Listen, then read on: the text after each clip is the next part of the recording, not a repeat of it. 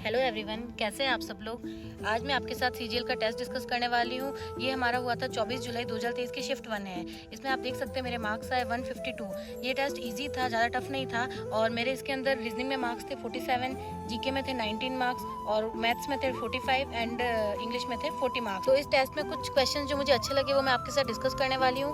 तो हमारा first question है कि किस राज्य ने अपनी कुल युवा जनसंख्या के 80% से कम युवाओं को रोजगार दिया। तो हम देखेंगे कि जो फर्स्ट है ए के अंदर 12 युवा है, तो इसका 80% निकालेंगे जो 9.6 आएगा। लेकिन हम इसमें जो कार्यरत युवा है वो तो 10.5 है, तो ये हमारा आंसर नहीं होगा। इसी प्रकार हम सभी का निकालेंगे तो जो डी ऑप्शन है उसके अंदर जो है 10 का 80% निकालेंगे हम अगर, तो वो आएगा 8 जो कि 7.5 से ज़्यादा है, तो यही हमारा आंसर होगा। नेक्स्ट क्वेश्चन है हमारा, ये एक सर्किल है, डीआई का क्वेश्चन है। ये सर्किल के अंदर हमें बॉयज़ एंड गर्ल्स की टोटल वैल्यू दी हुई है और फिर एक और अलग से सारणी बना के इसमें बॉयज़ और गर्ल्स का रेशियो दिया हुआ है। और क्वेश्चन हमें पूछा है कि पांचों विद्यालयों की लड़कियों की कुल संख्या को एक वृत्त आलेख के रूप में दर्शाया जाता है, तो विद्यालय बी के संगत त्रिज्यकोण बताइए। तो हमें सबसे पहले क्या करना है कि सारे स्कूल की गर्ल्स को अलग से निकाल लेना है। तो जैसे ये मैंने यहाँ पे सोल्यूशन कर रखा है कि जैसे एक की टोटल वैल्यू है बॉयज़ एंड गर्ल्स की 28%, तो इसमें खाली गर्ल्स की कैसे निकालेंगे हम 28/7। 28 टोटल है boys and girls upon ratio में टोटल है बॉयज़ एंड गर्ल्स 7 मल्टीप्लाई 3 यहाँ पे रेशियो में वैल्यू है गर्ल्स की। तो ऐसे करके हम ए बी सी डी चारों स्कूल की गर्ल्स की वैल्यू निकाल देंगे। फिर उनका करेंगे टोटल जो क्या आएगा 51, तो 360 होता है टोटल डिग्री, तो 360 अपॉन 51 मल्टीप्लाई 6। और यहाँ पे हमने 6 क्यों लिया, क्योंकि क्वेश्चन में हमें बोला है कि बी की गर्ल्स की वैल्यू बताओ,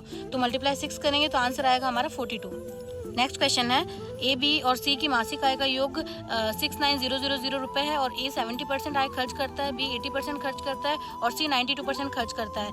यदि उनकी मासिक बचत 15:11:10 के अनुपात में है तो बी की मासिक बचत ज्ञात कीजिए। तो अब इस क्वेश्चन को हम कैसे सॉल्व करेंगे, सबसे पहले हम क्या करेंगे, हम खर्च है, हमको खर्च की वैल्यू दे रखी है 70, 80 और 92, तो हम इससे 100 में से माइनस करके इसकी बचत की वैल्यू निकाल देंगे। जैसे ए की बचत है 30%, बी की 20 और सी की 8%। फिर हमको क्वेश्चन में जो है सेविंग का रेशियो भी दे रखा है 15:11:10, ठीक है। तो इसको हम एक्स के फॉर्म में लिख देंगे क्योंकि रेशियो में वैल्यू है, तो रियल वैल्यू हम मानेंगे 15x, 11x और 10x, ठीक है। और अब इसका सोल्यूशन हम कैसे करेंगे, दिया बटा दिया, मतलब जो हमको रियल वैल्यू दे रखी है बचत की 15x दे रखी है और अपॉन में हमने जो निकाली वो कितनी आई 30, और इससे हम मल्टीप्लाई करेंगे 100 हमारी क्या टोटल इनकम है। तो ऐसे करके हम ए बी और सी की तीनों की टोटल रियल इनकम निकाल देंगे। मतलब रियल वैल्यू सामने रखेंगे तो उसके थ्रू हमारे पास एक्स की वैल्यू आ जाएगी। तो एक्स की वैल्यू है हमारे पास 300 और हमें क्वेश्चन में पूछा है कि बी की बचत बताइए, तो बी की बचत का रेशियो क्या था 11, तो 11 × x यानी 11 × 300, हमारा आंसर होगा 3300 का।